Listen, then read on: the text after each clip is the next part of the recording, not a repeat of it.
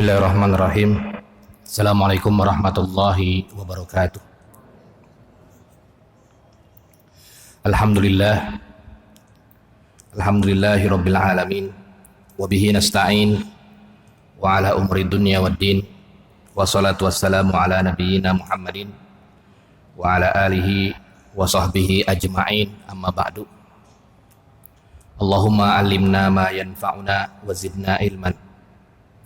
Yang saya hormati pengurus DKM Masjid JGC, jamaah salat maghrib yang dirahmati oleh Allah Subhanahu wa Ta'ala. Pada sore hari ini menjelang malam maghrib, kita akan membahas tentang huququz zaujaini, hak dan kewajiban seorang suami terhadap istri. Hak-hak dan kewajiban seorang suami terhadap istri, atau sebaliknya, hak-hak dan kewajiban seorang istri kepada suaminya.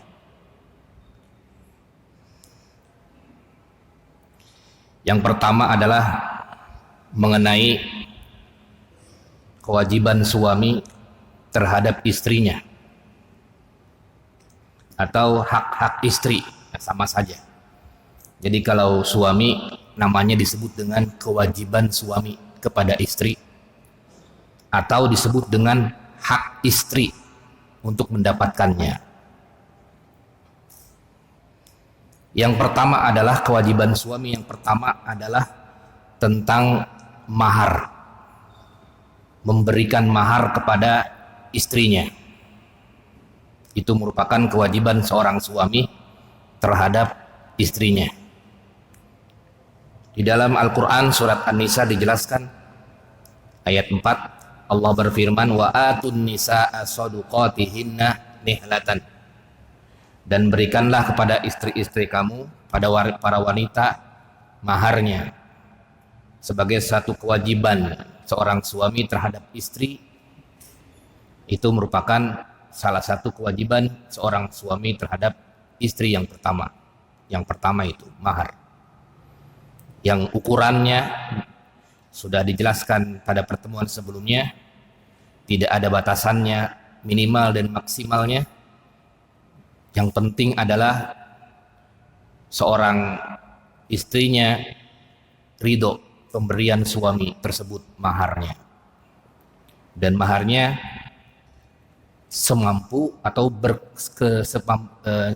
kemampuan daripada suami tersebut, dilihat dari kemampuan suami tersebut.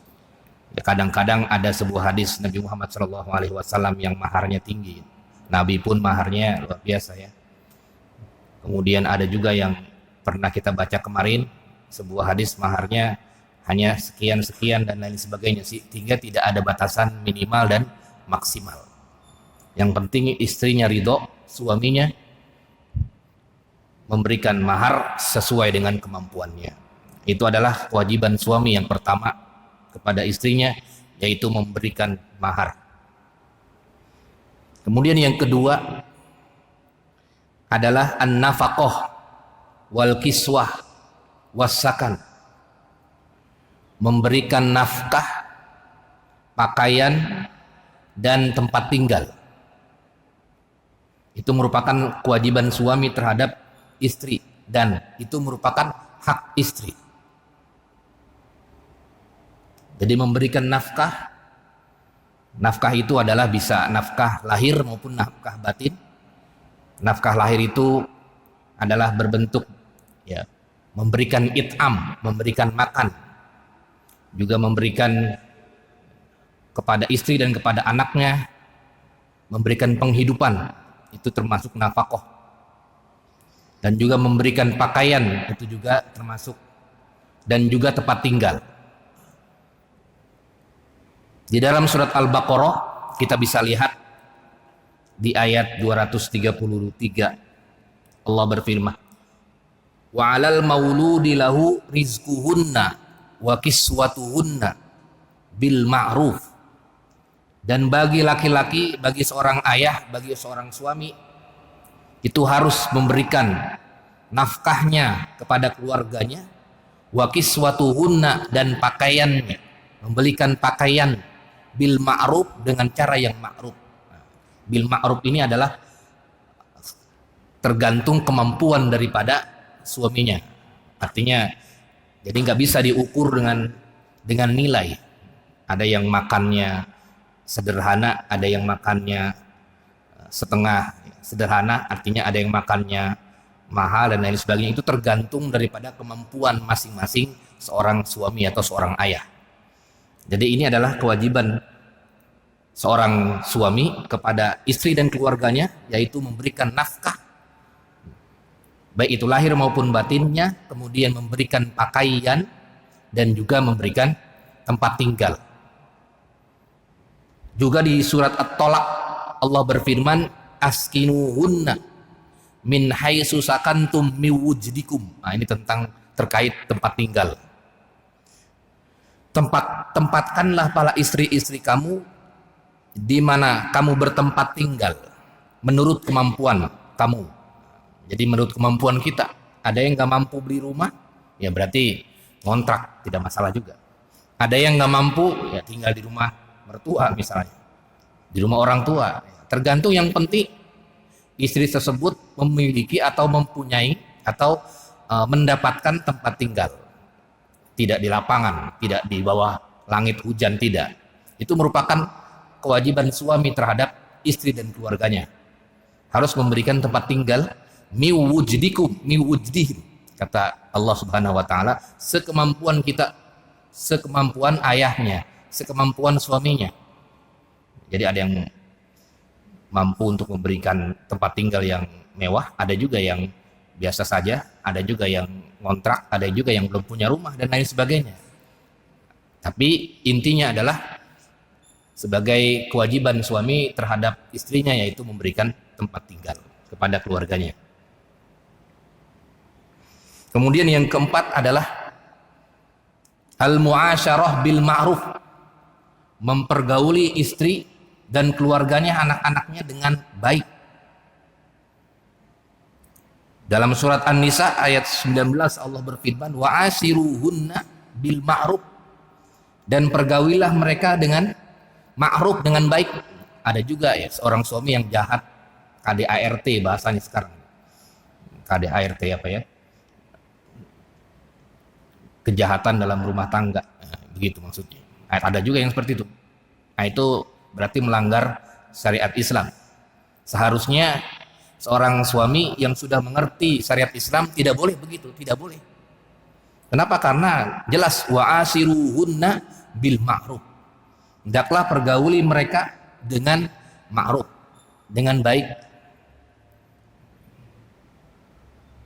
Itu salah satu kewajiban seorang suami, dan juga kepada keluarganya, anak-anaknya juga sama, enggak jahat dan lain sebagainya. Itu merupakan salah satu kewajiban seorang suami terhadap istrinya.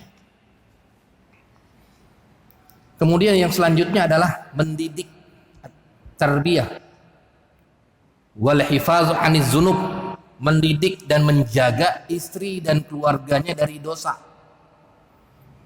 Dari dosa. Berarti kalau seorang suami harus mempunyai kewajiban untuk mendidik istrinya dan anak-anaknya agar memiliki pengetahuan agamanya, terhindar dari dosa.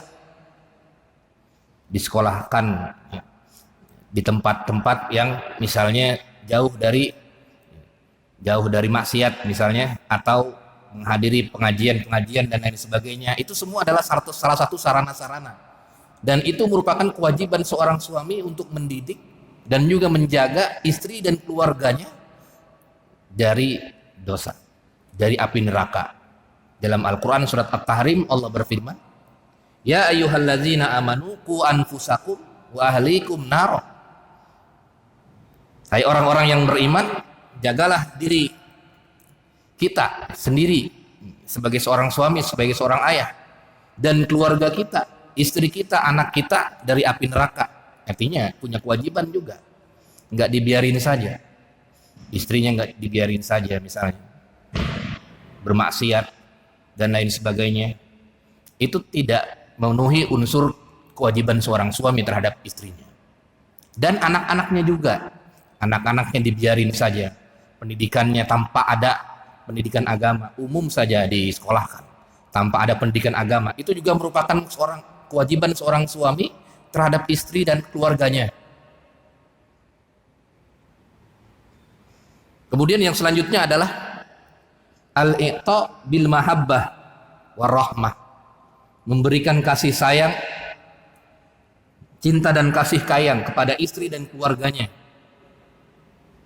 Dalam surat Ar-Rum Allah berfirman, wa ja'ala bainakum mawaddatan warahmah.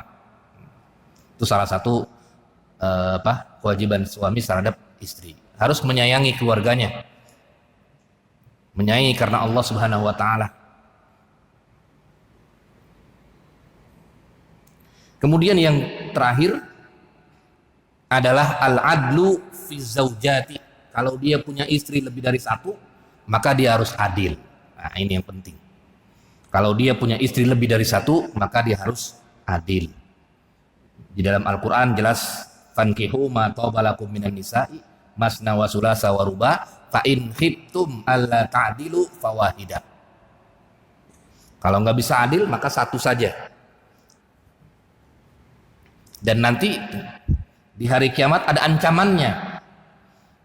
Seorang suami yang tidak bisa adil terhadap istri-istrinya, jalannya itu ngesot begitu. Ancamannya di dalam sebuah hadis. Kalau dia tidak bisa adil di antara para istrinya. Nah itu seperti itu nanti. Kalau dia bisa adil, silakan. Tapi kalau nggak bisa adil, fawahidah, maka satu saja. Karena ancaman dari Allah Subhanahu wa taala dan Rasulullah sallallahu alaihi wasallam. Jamaah salat maghrib yang dirahmati oleh Allah Subhanahu wa taala, itu adalah kewajiban seorang suami terhadap istri. Sekarang sebaliknya, kewajiban istri terhadap suaminya. Berarti hak suami. Nah, itu begitu sama saja. Jadi kalau kewajiban seorang suami terhadap istri berarti hak istri. Tapi kalau kewajiban istri terhadap suami berarti hak suaminya. Yang pertama adalah at-ta'ah lizzauj. Kewajiban yang pertama adalah taat kepada suaminya. Selama dia tidak bermaksiat kepada Allah. Itu kewajibannya. Bahkan di dalam hadis Nabi Muhammad SAW yang dahsyat, populer itu dan dahsyat, andai kata seorang manusia dibolehkan untuk bersujud kepada makhluk, maka seorang istri bersujud kepada suaminya. Bayangkan seperti itu. Andai kata boleh, tapi kan tidak boleh sujud kepada makhluk.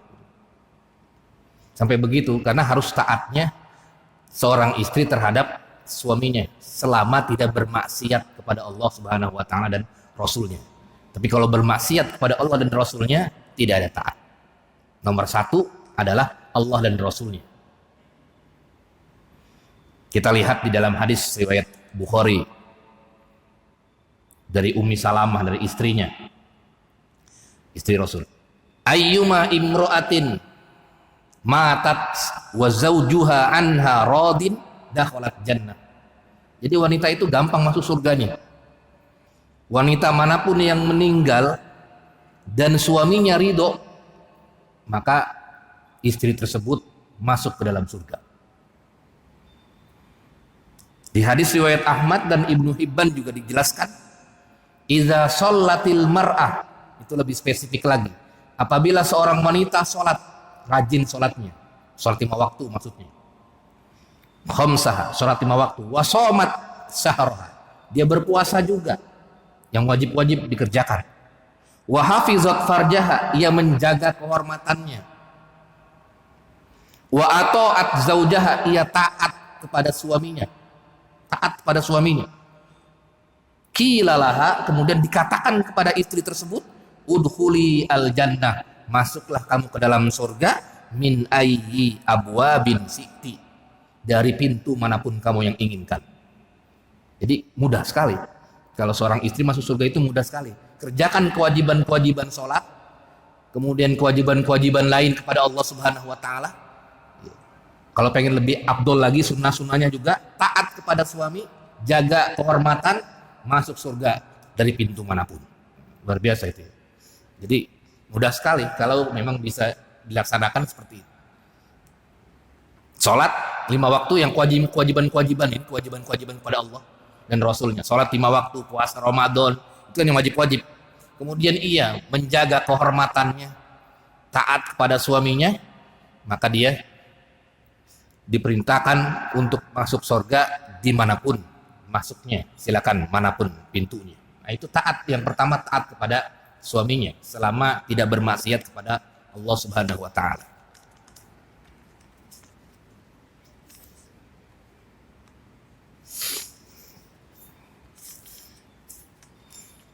Kemudian yang kedua adalah berdiam diri fil baiti, di rumah, dan tidak keluar rumah kecuali biizni zauji, biizni zaujiha, kecuali dengan izin suaminya. Boleh mau ke pasar, izin suaminya, artinya suaminya tahu kemana perginya, itu boleh. Tapi kalau suaminya tidak tahu, tidak boleh. Mau kemana boleh, asalkan suaminya tahu, izin suaminya. Dan asalnya adalah berdiam diri di rumah, tidak kemana-mana kecuali diizinkan oleh suaminya. Dia mau ngajar misalnya, kalau zaman sekarang ada ngajar, seorang wanita misalnya akhwat ngajar misalnya di madrasah ibtidaiyah, anak-anak tuh ya, TPA dan lain sebagainya, suaminya mengizinkan, boleh, nggak apa-apa. Tapi kalau tidak mengizinkan, tidak boleh. Tapi masa sih suaminya tidak mengizinkan untuk kebaikan? Dalam surat Al-Ahzab Allah berfirman, wa qarna buyutikunna wa la tabrujanna tabarrujal jahiliyatil ula. Dan hendaklah wanita-wanita para istri diam di rumah, jangan menampakkan auratnya keluar rumah.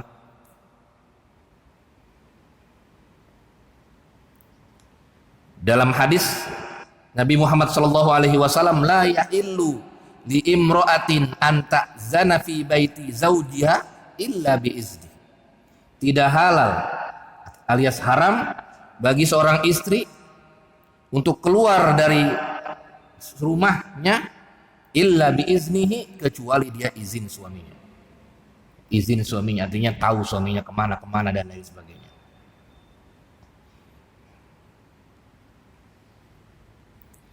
Kemudian yang selanjutnya adalah ia tidak menginfakkan harta suaminya juga kecuali dengan izin suaminya. La tunfiku imra'atun min baiti zawjiha illa bi izni zawjiha. Rawahu Tirmidzi, hadis riwayat Tirmidzi. Jadi seorang istri mau berinfak di jalan Allah Subhanahu wa taala dan itu adalah harta daripada suaminya, maka harus bilang dulu. Kalau buat kebaikan, insya Allah suaminya akan mengizinkan. Buat infak anak yatim, buat infak duafa, atau buat ngasih orang tuanya, buat ngasih mertuanya dan lain sebagainya. Itu kalau kalau misalnya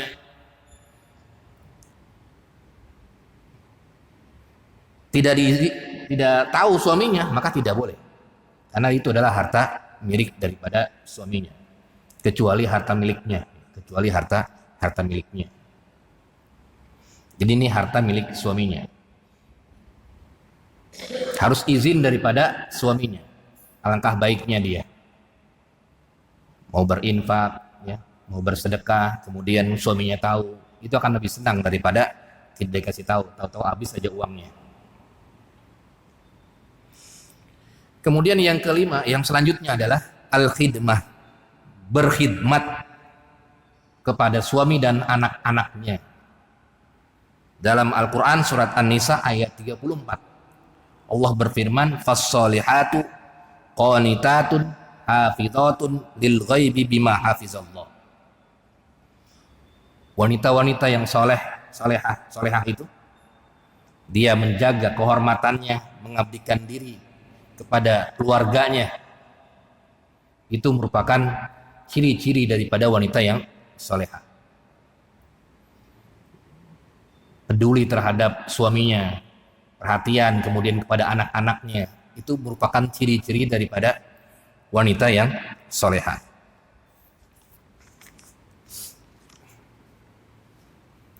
Kemudian yang keenam, ini juga penting sekali.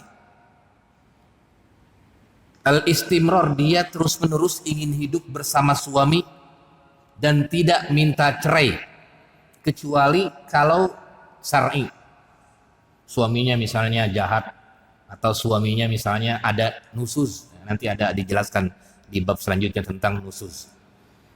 Seorang suami yang tidak baik akhlaknya, tidak baik agamanya, itu bisa meminta cerai kepada suaminya atau khulu. Tapi kalau dia tidak ada alasan syar'i, maka tidak boleh meminta cerai kepada suaminya. Adem ayem, cuman gara-gara istilahnya suaminya kurang nafkahnya dan lain sebagainya, artinya tidak orang kaya, gajinya pas-pasan, minta cerai. Nah, itu yang tidak boleh, dilarang.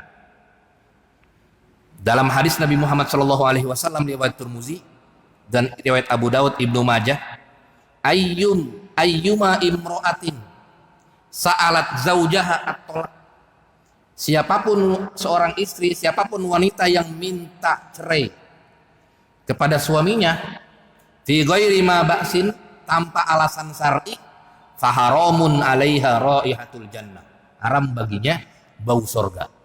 Biasa kalau misalnya dia minta cerai tapi nggak ada alasan syar'inya, nah itu haram baginya bau surga. Ya, alasan ekonomi misalnya, alasan kalau sekarang kan alasannya begitu banyak, tidak cocok begitu dan lain sebagainya. Alasan-alasan yang seperti itu sebenarnya, padahal dalam Islam itu yang dibolehkan secara syar'i talak, ya, artinya alasan itu minta cerai itu kalau suaminya itu punya cacat misalnya, atau istrinya dan lain sebagainya, kedua belah pihak punya cacat misalnya, aib, ya misalnya kurang syahwat, misalnya lemah syahwat dan lain sebagainya, atau punya penyakit, kemudian misalnya penyakit yang turun temurun, yang tidak bisa memberikan kewajiban lagi, misalnya suaminya lumpuh, misalnya diem aja di kasur, nah itu masih boleh itu. Tapi tergantung istrinya juga, atau sebaliknya juga. Nah itu, tapi kalau seorang istri tidak ada alasan yang syar'i, maka dia tidak boleh meminta cerai daripada suaminya, haram hukumnya, atau haram baginya mencium bau surga. Kemudian yang selanjutnya adalah ar-ridho, ridho dengan pemberian suaminya, walaupun sedikit dan tidak membebani suami melebihi kemampuannya. Kadang-kadang kan suaminya, padahal suaminya gajinya biasa aja, karyawan biasa, pengen mobil, pengen rumah dan gedung dan lain sebagainya, itu kan yang begitu-begitu yang tidak boleh. Kenapa? Karena di dalam Al-Quran surat At-Talaq ayat 7 Allah Subhanahu wa taala berfirman, liyunfik zu sa'atin min sa'atihi. Kemudian di selanjutnya, la yukallifullahu nafsan illa ma ataha, sayaj'alullahu ba'da usrin yusra. Hendaklah seorang suami itu menafkahi keluarganya dengan sekemampuannya. Artinya rizkinya itu seperti apa, kan Allah sudah atur, sambil berikhtiar dan berdoa. Nah ini yang penting, bukan malas, ini maknanya bukan malas ya, tapi dia berikhtiar dan juga doa.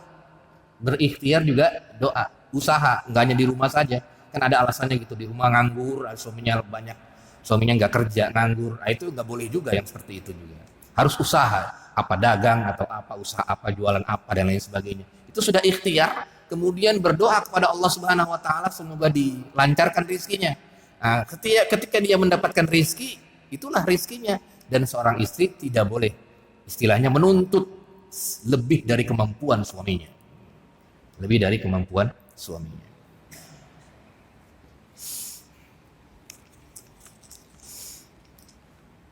Al-babul khamisu, sampai di sini sebelum kita lanjut ke tema berikutnya, ada diskusi tentang kewajiban istri atau kewajiban suami atau hak istri dan hak suami. Tafadhol jamaah sekalian. Iya Pak Di. Iya.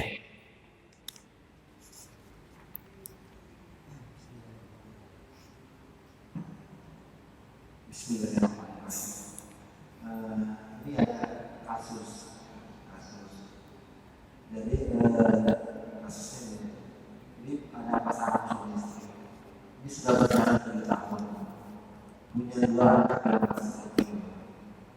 Nah, setelah melahirkan, istrinya itu sudah tidak bisa menjalankan kewajibannya kepada suami. Apa maksudnya? Tanda kutipnya apa itu? Tidak bisa menjelaskan kewajibannya apa maksudnya? Istrinya sudah tidak bisa menjalankan kewajibannya kepada suami. Dan sudah berjalan selama 3 tahun. Nah, sekarang pertanyaannya, apakah si suami ini sebaiknya menceraikan istrinya atau tetap bersabar karena mempertimbangkan anaknya masih kecil? Bagaimana dari sudut pandang Anda? Terima kasih. Waalaikumsalam warahmatullahi wabarakatuh. Ya, seorang istri yang ia tidak bisa menjalankan kewajiban sebagai seorang istri. Nah, itu tanda kutip maksudnya apa? Apakah dia sudah tidak cocok lagi dengan suaminya? Nah, itu harus ditanyakan juga. Atau bagaimana? Padahal sudah punya anak banyak gitu ya, 2 atau 3. Sudah 3 tahun, 2 tahun ya, tidak bisa menjalankan kewajibannya sebagai seorang istri. Nah, itu harus diperjelas juga. Maksudnya apa? Artinya, apakah dia memang sudah tidak cocok lagi sebagai suaminya? Karena suaminya misalnya uangnya kecil atau penghasilannya atau nganggur dan lain sebagainya, itu harus diperjelas juga. Atau istrinya memang sudah tidak cocok dan lain sebagainya, maksudnya itu yang penting itu. Kira-kira apa maksud daripada tidak menjalankan kewajiban sebagai seorang istri, harus diperjelas dulu. Apakah memang istrinya udah nggak cocok lagi dengan suaminya atau bagaimana? Kalau memang pertanyaannya seperti itu, berarti tinggal suaminya itu di poin tentang kewajiban seorang suami mendidik istrinya.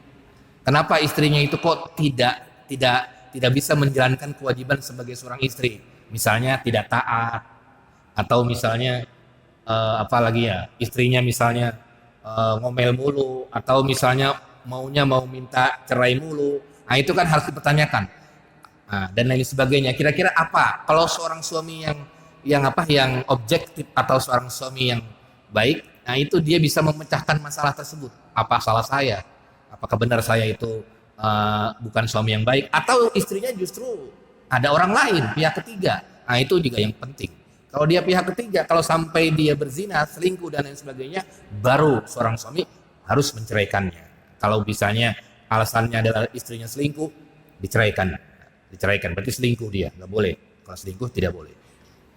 Kalau misalnya kewajibannya hanya tidak cocok saja, nggak cocok lagi dengan suaminya gara-gara ekonomi dan lain sebagainya, ada baiknya seorang suami itu introspeksi dulu, apa kira-kira kesalahan saya? Apakah saya punya uang kayaknya? Apa kira-kira apa saya kurang perhatian dengan istri atau bagaimana? Itu yang paling pentingnya.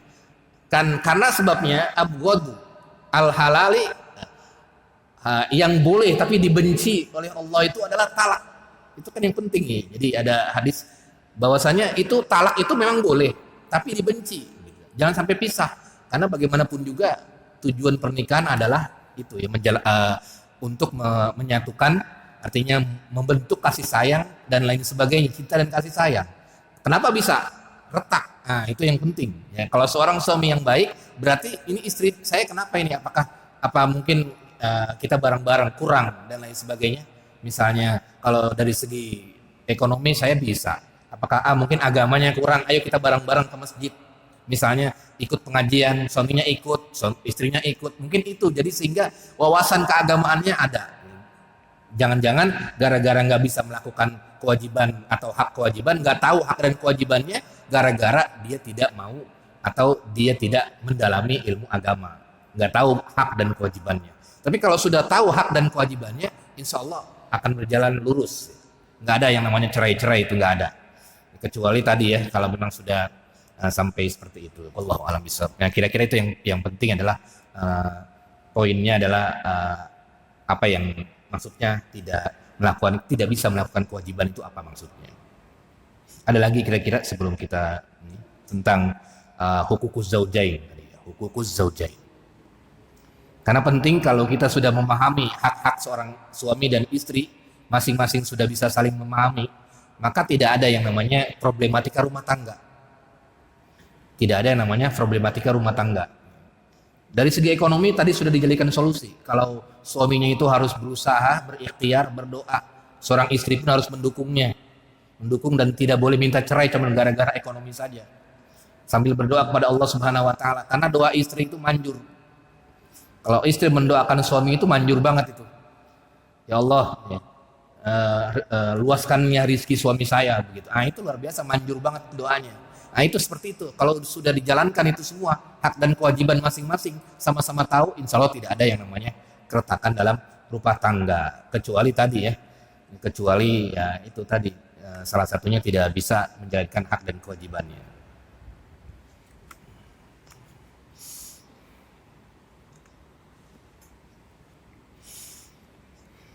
Ya, Ustaz. Waalaikumsalam warahmatullahi wabarakatuh.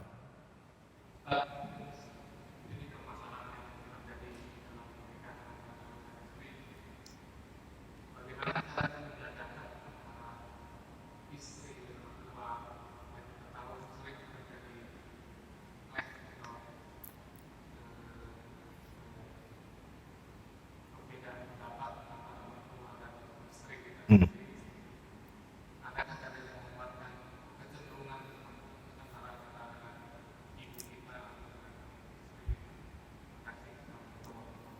Waalaikumsalam warahmatullahi wabarakatuh. Ya, ini adalah kasus yang banyak terjadi juga ya, terkait dengan permasalahan tentang hubungan suami istri dengan orang tua dan mertua. Nah, itu juga banyak kasusnya. Berpisah bukan gara-gara ini, bukan gara-gara apa? Bukan gara-gara nafkah, bukan gara-gara yang lain, tapi kadang-kadang tidak bagus kepada orang tua misalnya. Punya selek dengan orang tua, mertua. Nah, itu ke situ.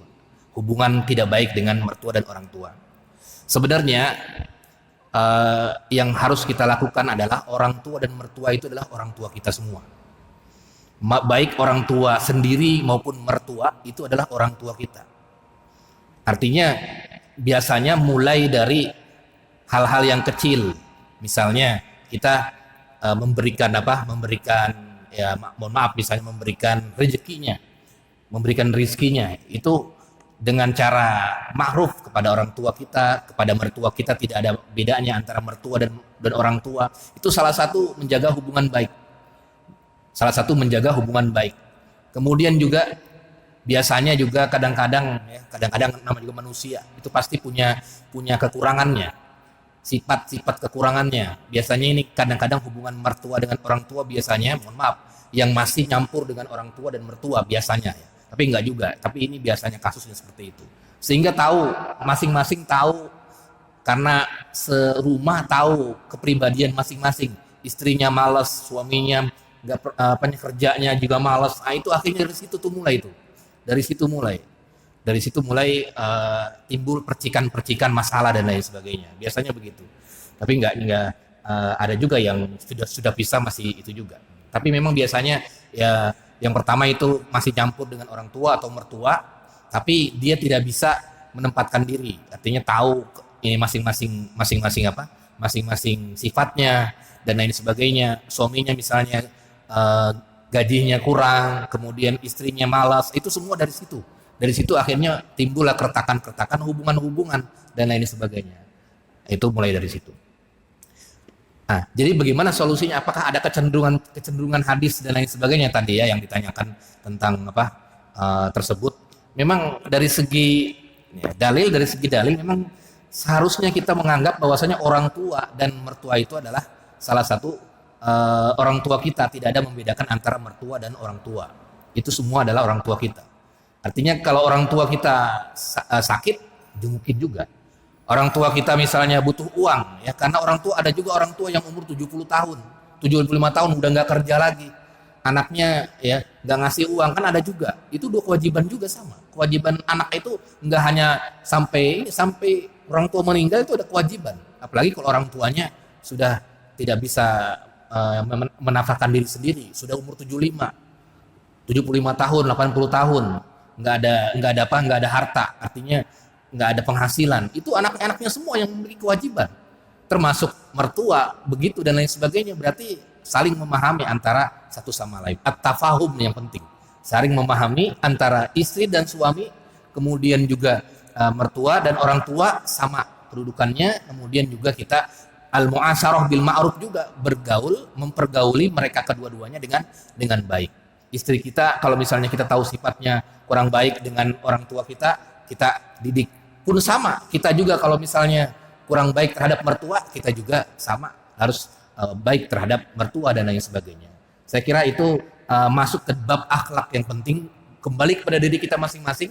Artinya kalau orang tua kita misalnya punya sifat buruk misalnya, maka ya itu nama orang tua. Artinya kita mengalah. Ya misalnya orang tua kita istilahnya ada juga orang tua yang misalnya misalnya yang selalu begini dan lain sebagainya. Itu orang anak atau istri atau kita sebagai suami dan istri itu harus mengalah kepada orang tua dan mertua. Ya, intinya dalam hadis memang tidak ada kecenderungan bagaimana, tapi al-mu'asyarah bil ma'ruf, yang penting mempergauli mereka dengan sebaik-baiknya, tidak membeda-bedakan, dan juga alangkah baiknya kita berakhlak dengan baik ya dengan mereka berdua gitu. Dan kita juga sama dengan istri pun kalau punya hubungan baik dengan bagusnya saling memberi hadiah. Istri kita menghadiahkan ke orang tua kita menghadiahkan kepada mertua. Nah, itu akan terbangun rasa kasih sayang. Karena tahabu artinya kalau kita memberikan hadiah kepada orang tua atau mertua, maka mereka akan merasakan cinta dan lain sebagainya. Saya kira itu ya. Jadi tinggal kembali ke solusi kita yang lebih dewasa. Jadi kalau misalnya ada konflik rumah tangga gara-gara hubungan gak harmonis dengan mertua, wah berarti ini bukan gara-gara apa-apa, gara-gara kita tidak bisa menjaga hubungan muasyarah bil ma'rufnya masih kurang dengan mertua ataupun orang tua. Berarti kembali ke diri kita atau ke istri kita agar kita sama-sama menjaga agar baik terhadap mertua ataupun orang tua. Wallahu a'lam bishawab. Kemudian yang selanjutnya, ini tema-tema yang kemarin tertinggal, pernikahan-pernikahan yang dilarang oleh agama.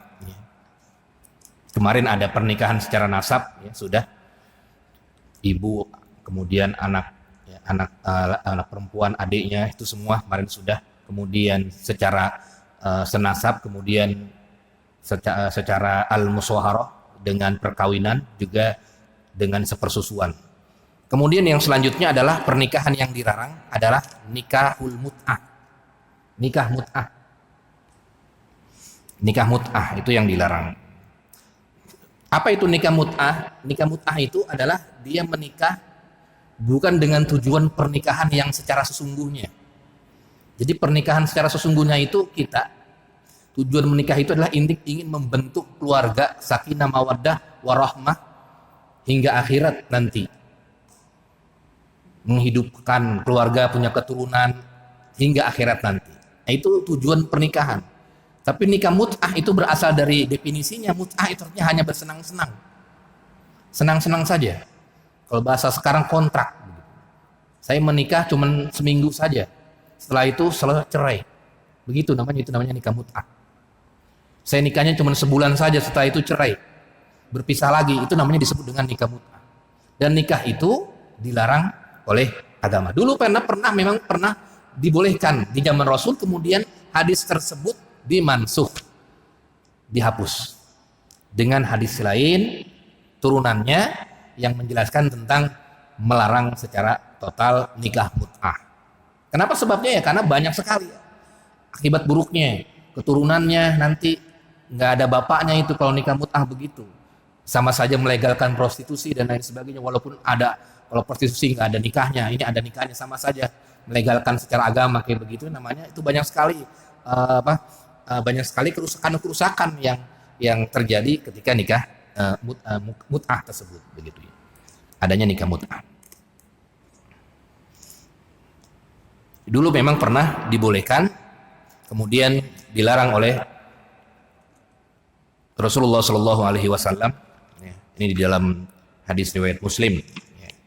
Riwayat Bukhari dan riwayat Muslim dari Jabir bahwasanya tamatta'na ala ahdi Rasulillah sallallahu alaihi wasallam. Dulu pernah nikah mut'ah itu di zaman Rasulullah sallallahu alaihi wasallam, summa nahana, kemudian dilarang kembali. Kemudian dilarang kembali. Hadis riwayat Muslim. Nah, itu sudah hadis tersebut sudah dinasakh. Artinya keterangan tentang membolehkan itu sudah dinasakh.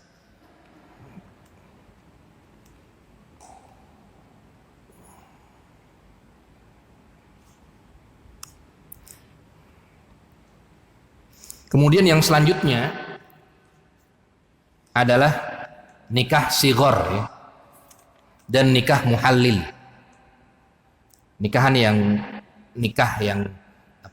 yang dilarang, nikah muhallil dan nikah sighar. Apa itu nikah muhallil? Nikah muhallil itu adalah nikah dengan tujuan untuk bisa kembali ke mantan suaminya. Jadi kalau misalnya seorang suami talak 3, saya talak 3, kan talak 3 itu 1, 2, 3 atau langsung 3 bagi sebagian mazhab. Itu kan nggak boleh kembali ke istrinya kecuali harus dinikahi oleh orang lain. Dinikahi oleh orang lain. Orang lain nikah, kemudian sudah selesai nikahnya, dia bercerai lagi, baru boleh dia kembali kepada istri yang pertamanya. Nah, nikah muhalil ini adalah nikah dengan tujuan supaya halal lagi. Disewalah itu. Seorang suami sewaan, udah nikah aja kepada mantan istri saya supaya saya boleh lagi menikah. Itu disebut dengan nikah muhallil. Nah, itu yang tidak boleh juga. Tidak boleh menikah seperti itu. La'anallahul muhallil. Allah melaknat nikah dengan cara seperti itu, tujuannya agar dia bisa kembali ke istri yang mantan istrinya. Dia sudah talak 3, itu kan nggak bisa kembali lagi. Kalau sudah talak 3 udah nggak bisa kembali lagi, kecuali kalau sudah dinikahi oleh orang lain. Nah, dia sewa itu. Dia janjian sama orang lain supaya orang lain nikahin istrinya, mantan istrinya. Ah, itu disebut dengan nikah muhallil tadi. Nikah muhallil tadi yang nggak boleh. Artinya dengan perjanjian jangan didukul dan lain sebagainya, itu yang disebut dengan nikah muhallil. Kemudian yang selanjutnya adalah nikah sighar ya. Nikah sighar itu pakai sim besar, ghin dan ro. Sim besar, ghin dan ro. Yaitu adalah ayyan kihar rajul waliyatahu rajulan akhar ala ayyan kihur akhar waliyatahu. Jadi dia menikah dengan seorang wanita dengan syarat nanti walinya tersebut menikah dengan orang lain juga yang menjadi walinya juga. Contohnya begini, misalnya dia ini kan punya anak. Dia punya anak. Misalnya punya anak namanya Fatimah, atau misalnya namanya Maisarah. Kemudian si A lah punya anak. Kemudian si B punya anak juga. Punya anak namanya Zainab.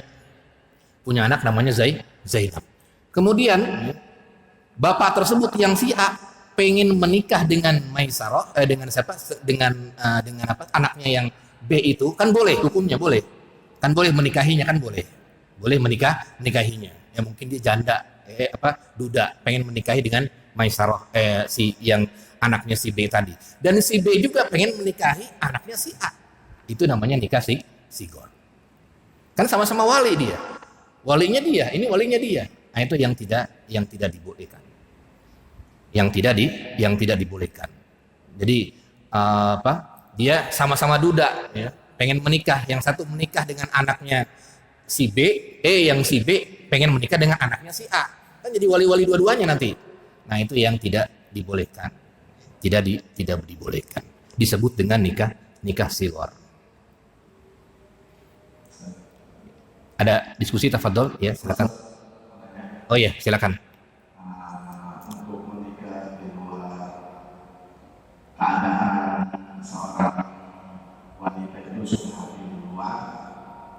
Nah, menikah itu di saat dia hamil di luar atau sesudah hamil. Dan kedua, untuk anaknya itu tetap tidak menikah walinya ayahnya sendiri atau wali lagi. Mohon penjelasan. Iya. Terkait dengan nikah wanita yang hamil tadi ya, menikahi wanita yang hamil. Yang pertama pendapat jumhur ulama mengatakan menikah ketika menikahi wanita yang sedang hamil tidak boleh. Itu pendapat jumhur ulama, tidak boleh. Kecuali pendapat Syafi'iyah, ulama Syafi'iyah yang membolehkan pernikahan dengan wanita yang hamil. Jadi menurut jumhur tidak boleh. Nunggu wanita tersebut melahirkan. Tapi kan pada faktanya takut malu kan? Nah, ada yang begitu. Takut malu. Tapi tetap menurut jumhur ulama bahwasanya menikah dengan wanita hamil tidak boleh. Harus dia sudah melahirkan terlebih dahulu. Apa dalilnya? Dalilnya tentang masalah wanita yang hamil itu iddahnya adalah sampai melahirkan. Jadi jangan ada orang dulu yang menikahinya sampai dia melahirkan. Baru dia boleh menghamil. Itu jadi jumhur ulama mengatakan dia tidak boleh, hanya Syafi'iyah saja yang boleh. Tadi yang pertanyaan yang kedua, dulu. Jadi pertanyaan yang kedua tentang masalah status anaknya. Status anaknya itu menurut jumhur ulama dia bukan walinya itu bukan bapaknya. Jadi bapaknya itu bukan wali, nanti walinya adalah wali hakim. Wali hakim. Hanya sebagian ulama saja yang mengatakan tetap bapaknya, tapi ada hadis yang mengatakan al-waladu li firasihi. Anak itu adalah yang menyebabkan hubungan anak dan bapak adalah sebab pernikahan sah. Jadi kalau tidak pernikahan sah, dia tidak ada hubungan secara agama, artinya bapak dan anak begitu tidak ada hubungannya. Artinya kalau pengen menikah itu dengan wali hakim, wali hakim. Nah itu pendapat jumhur. Hanya sebagian saja yang mengatakan, nanti ada di depan ini insya Allah. Terakhir tadi mau saya mungkin orang luar, tapi saya tertarik dengan materi Bapak. Saya canda. Saya pernah ikut persidangan perceraian di Cilincing, kantor urusan agama. Saya tidak mengucapkan talak kepada istri saya, dan saya tidak ingin melepas istri saya. Tapi ketika pihak hakim untuk saya hubungi ambil rujuk itu seolah seperti menjebak saya. Saya diminta untuk katakan terlebih dahulu, baru untuk kondisinya itu kita ditanyakan satu persatu permasalahan kita. Terus terang untuk saya pribadi, saya tidak ada permasalahan, cuma pada saat itu saya keluar dari kerja dan perekonomian saya hancur. Ya seperti itu aja, dan saya merasa terjebak untuk menandatangani surat dari ambil itu, dan ketika hakim memberikan keputusan bahwa terakhir karena ini sudah ditandatangani berarti sudah sah. Saya tidak ikhlas untuk perihal seperti itu. Ya, mau kejelasan Pak? Iya, memang ada nanti di bab talak ya. Tapi secara ringkasnya, seorang suami itu harus dengan sadar mengucapkan talak, baru jatuh talaknya. Kalau dia dipaksa oleh siapapun, secara agama dia tidak jatuh talak. Dipaksa untuk mentalak itu tidak. Jadi dia harus sadar benar bahwasanya saya talak istri saya, itu jatuh talak dia. Jatuh talak dia. Kalau misalnya dia sadar mentalak istrinya, tapi kalau dia dipaksa oleh siapapun untuk mentalak istrinya dan lain sebagainya, maka dia dalam keadaan mukrih, tidak terjadi jatuh talak dia. Tidak terjadi jatuh talak. Tapi kalau kasus itu ya berarti kalau sudah tanda tangan, tandanya itu secara administrasi memang terjadi talak. Tapi kalau baru talak satu, itu bisa rujuk kembali gampang. Bisa rujuk kembali kalau memang kita pengen rujuk kembali, bisa rujuk kembali kalau talak satu kalau sudah masuk ke KUA. Artinya solusinya seperti itu.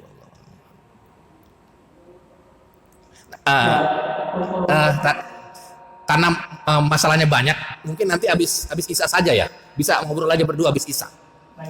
Karena sudah isya, insya Allah nanti habis isya bisa saya habis sholat bisa hubungin saya untuk diskusi. Marilah sama-sama kita akhiri dengan membaca doa kafaratul majlis. Subhanakallahumma bika asyhadu an la ilaha illa anta astaghfiruka wa atubu ilaik. Assalamualaikum warahmatullahi wabarakatuh.